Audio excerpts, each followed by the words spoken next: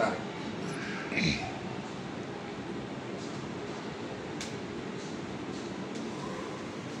দেশের বাড়ি কোথায় বলছিলেন?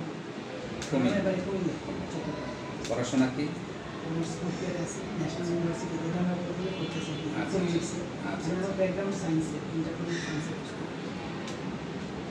আমাদের ভিডিওটা কবে পেয়েছেন বলেন?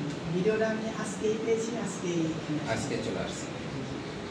ভিডিওটা কেমন লেগেছে? না, ভালো লাগছে। আমি সবগুলোই এক ঘন্টা যাওয়া সেটা আপনার পেজটা আমি দেখছি, দেখে আমি মূলত 98 থেকে এই শিল্প উদ্যোক্তাদেরকে নিয়ে কাজ করি, যে শিল্প উদ্যোক্তা তৈরি করতেছি। আমার স্লোগানই হলো চাকরি গ্রহীতা না হয়ে চাকরি দাতা হবে। যারা যে আমি একটা কথা আপনাকে ফোনেও বলেছি যে পড়ালেখা হবে জ্ঞান অর্জনের জন্য, জ্ঞান অর্জন হবে বড় কিছু করার জন্য। একটা কথা মনে রাখবেন যে জ্ঞান অর্জন করা যেরকম ফরজ, ধনী হওয়া ফরজ। নামাজ কি ফরজ না? নামাজ ফরজ, ধনী হওয়া ফরজ। বলে কেন? দেখেন ইসলামের কয়টা স্তম্ভ? পাঁচটা স্তম্ভের মধ্যে ঈমান, নামাজ, রোজা, হজ, যাকাত। আপনি টাকা ছাড়া কোনটা করতে পারবেন? নামাজ পড়তে হলে তো আল্লাহর সামনে দাঁড়াতে হলে ভালো পোশাক আশাক করে দাঁড়াতে হবে। কার সামনে? আমার সৃষ্টিকর্তার সামনে দাঁড়াতে হবে ভালো পোশাক আশাক করে। তাহলে পোশাক আশাক কিন্তু টাকা পয়সা লাগবে। তাহলে ধনী হওয়া, আল্লাহ বলছে ধনী হও। আল্লাহ পাক বলছেন যে নামাজের পরে ছড়িয়ে ছিটিয়ে পড়ো। যে এই ছড়িয়ে ছিটিয়ে পড়ো কি শুধু চাকরি করার জন্য বলছেন? ব্যবসা করো, কর্মের পিছে দৌড়াতে বলছেন। এই আরেকটা প্রিয় নবী হযরত মুহাম্মদ সাল্লাল্লাহু আলাইহি ওয়াসাল্লামের একটি হাদিস আছে যে সৎ ব্যবসায়ীদের হাসর হবে কার সাথে? নবী, রাসূল, সিদ্দিকদের সাথে। চাকরিজীবীদের কথা বলা হয়েছে। আরেকটা কথা দেখবেন যে পৃথিবীতে যদি ধনীদের একটা আপনি লিস্ট করেন তাহলে আপনি এখানে কি একজনও পাবেন চাকরিজীবী আছে? সবাই শিল্প উদ্যোক্তা, ব্যবসায়ী। আপনাকে স্বাগত জানাই যে আপনি চিন্তা করেছেন যে ব্যবসা করার জন্য। এই যে দেখেন, যদি সৌদি আরব, মিডল ইস্টেও যেতে চান 5 থেকে 7 লাখ টাকা প্রয়োজন আছে। আর এই যে আমাদের সেক্টরে যদি আপনি 5 থেকে 6 লাখ টাকা বিনিয়োগ করেন তাহলে ইউরোপ আমেরিকা যেতে কয় লাখ টাকা লাগে? 25-30 লাখ টাকাও নিশ্চয়তা নাই যাওয়া, তাই না? তাহলে ওখানে যে কয় টাকা বেতন পায়? 1.5-2 লাখ টাকা। 1 লাখ টাকা সেভ করতে পারে না হয় সব। ওখানে খরচও বেশি, কিন্তু খরচ বেশি না? হ্যাঁ, হ্যাঁ সেটাই। ওই যে আমার ছেলে ইউকেতে পড়াশোনা করে, ওর মাসে 5 লাখ টাকা লাগে খরচ, টিউশন ফি, থাকা খাওয়া সব সহ। তাহলে সে যখন জব করবে তখনও তো তার থাকা খাওয়া লাগবে না? তাহলে সে কয় লাখ টাকা ইনকাম করলে সে ওখানে থাকা খাওয়া এগুলা খরচ করে থাকতে পারবে? তো ওরকম ইনকাম লাগে। তো বিজনেস ম্যানেজমেন্ট নিয়ে পড়াশোনা করে, মূলত ব্যবসায়ী করবে ইনশাল্লাহ। এর আগে এই ব্যবসাও দেখাশোন করছে। স্টুডেন্ট লাইফ থেকে আমার ছেলে এই ব্যবসার সাথেই যাচ্ছে। যেহেতু আমি শিল্প উদ্যোক্তাকে নিয়ে কাজ করি, শিল্প উদ্যোক্তা তৈরি করি, ও এটাই করবে ইনশাল্লাহ।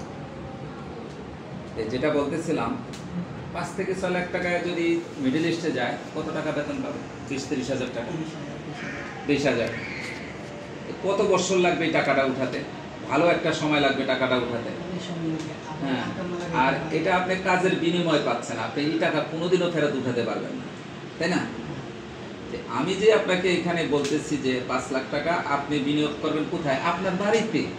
আপনি আমাকে দেওয়ার দরকার নেই, আপনার টাকা আপনার বাড়িতে নিরাপদে থাকবে, আপনার কাছেই থাকবে। এক্সাম্পল, আপনি যদি দেশের বাহিরে যান তাহলে স্টুডেন্ট বিষয় বা অন্য, আপনি মনে করেন ইউরোপ আমেরিকা বেড়াতে যাবেন, তাহলে আপনাকে ডলার নিয়ে যেতে হবে। টাকা নিতে পারবেন? এই ডলার টাকার কাছে থাকবে, আপনার কাছে থাকবে না। আপনি টাকার বিনিময়ে মেশিন কিনে যাচ্ছেন, নিয়ে যাচ্ছেন, এটা কোথায় থাকবে? আপনার কাছেই থাকবে। তা আপনার কাছে নিশ্চয়ই নিরাপদেই থাকবে।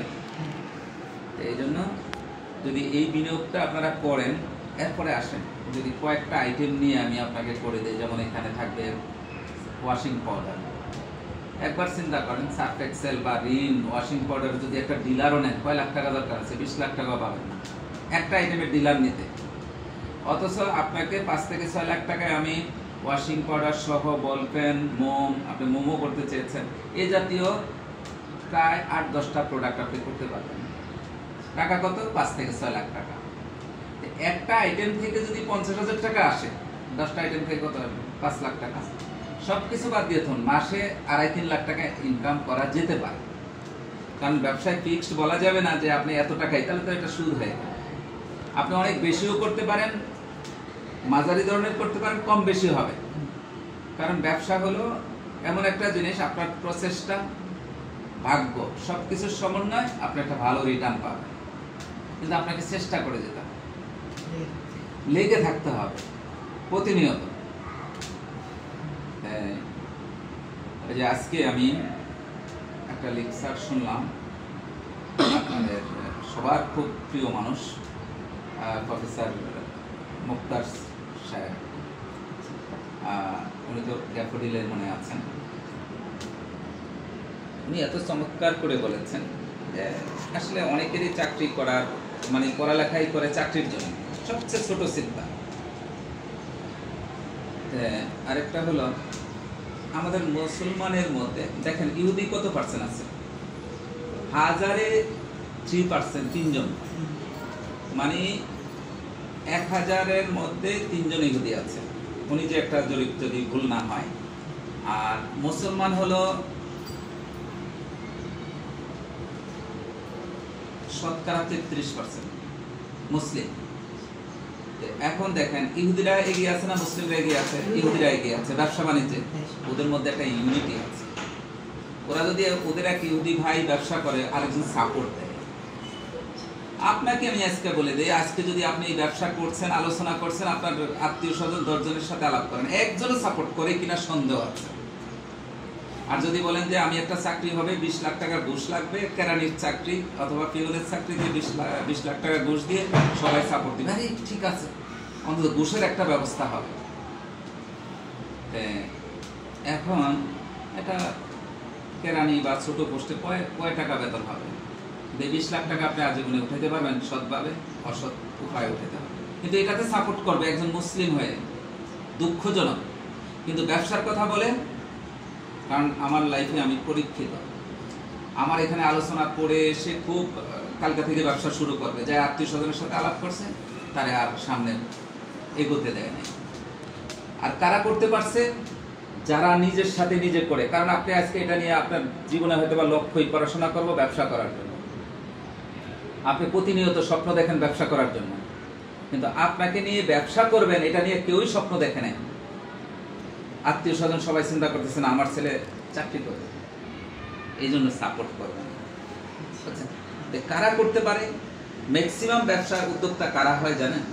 যারা নিজের উদ্যোগে নিজেই শুরু করছে, কাউকে এটা শেয়ারও করে না, বলে নাই, নিজেরটা নিজের সাথে শেয়ার করছে। কারণ দ্বিতীয় ব্যক্তি কারোর সাথে আলোচনা করছে, ওইটার ব্যবসা হয় নাই।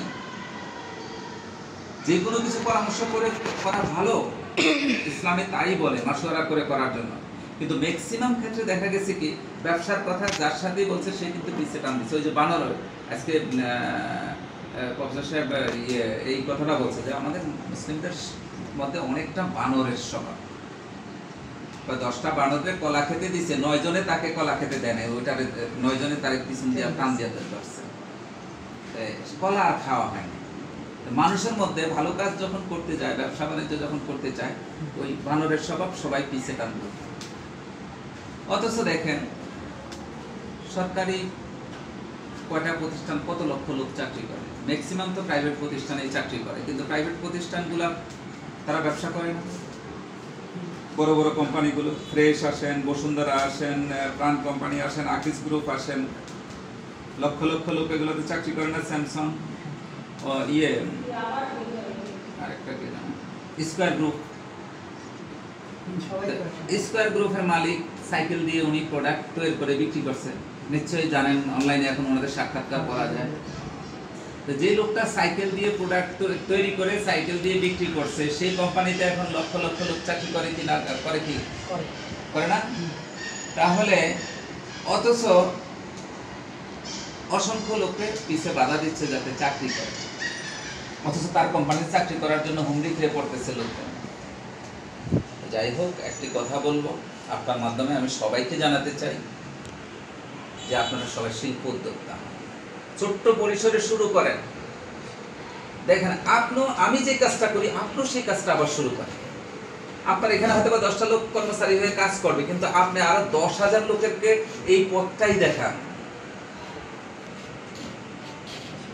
আমার জীবনে কয় টাকা দরকার? আমি আল্লাহ রিজিকের মালিক, আল্লাহ রিজিকের ফয়সালা করে রাখছে আমাকে আপনাকে পৃথিবীতে আসার 50,000 বছর আগে। আমার এত কিছু দরকার নেই, কিন্তু আমার কি দরকার যে এই দেশের মানুষ, আমি আরেকজনকে হেল্প করব, সহযোগিতা করব, আমার দ্বারা আরো লক্ষ লক্ষ লোকের উপকার হবে। আল্লাহ পাক আমাদেরকে দুনিয়াতে পাঠাইছে একটা উদ্দেশ্য নিয়ে। কি উদ্দেশ্য? নাম্বার 1 হলো আল্লাহর ইবাদত করা, আল্লাহর গোলামি করা। আমরা কি তা করি? আমরা মানুষের গোলামি করি, দাসত্ব করি, কিন্তু না, একমাত্র আল্লাহর গোলামি করতে বলছি। এই যে এখন যে কাজটা করতেছি এটাও কিন্তু আল্লাহর গোলামি, আল্লাহর ইবাদত করা। আপনি আরেকজনের যখন নিয়ত করবেন আমি অন্যের কল্যাণে কাজ করব, দেখি ইবাদত হচ্ছে কিনা? হচ্ছে, হ্যাঁ। শতভাগ ইবাদত হচ্ছে। এই যে আমি যে কথাগুলো বলতেছি আপনার কল্যাণে, আবার এটা ভিডিও হচ্ছে, আরো হাজার হাজার লোক দেখবে তাদের কল্যাণে। এখানে কোনো আর্টিফিশিয়াল কথা নেই। আমি আপনাকে যে কথাগুলো বলতেছি সবাই সেই কথাটাই শুনতেছে। এই যে অনেকেই জানে না 5-6 লাখ টাকা বিনিয়োগ করে আপনি আরো 10, 15, 20 জন বা 100 লোকের কর্মসংস্থান আপনার প্রতিষ্ঠানে হবে। কেন হবে না? দেখেন, সে আপনার ফ্যাক্টরিতে 10টা লোক কাজ করবে। আমাদের বাংলাদেশে কয়টা জেলা? 64টা প্রায়।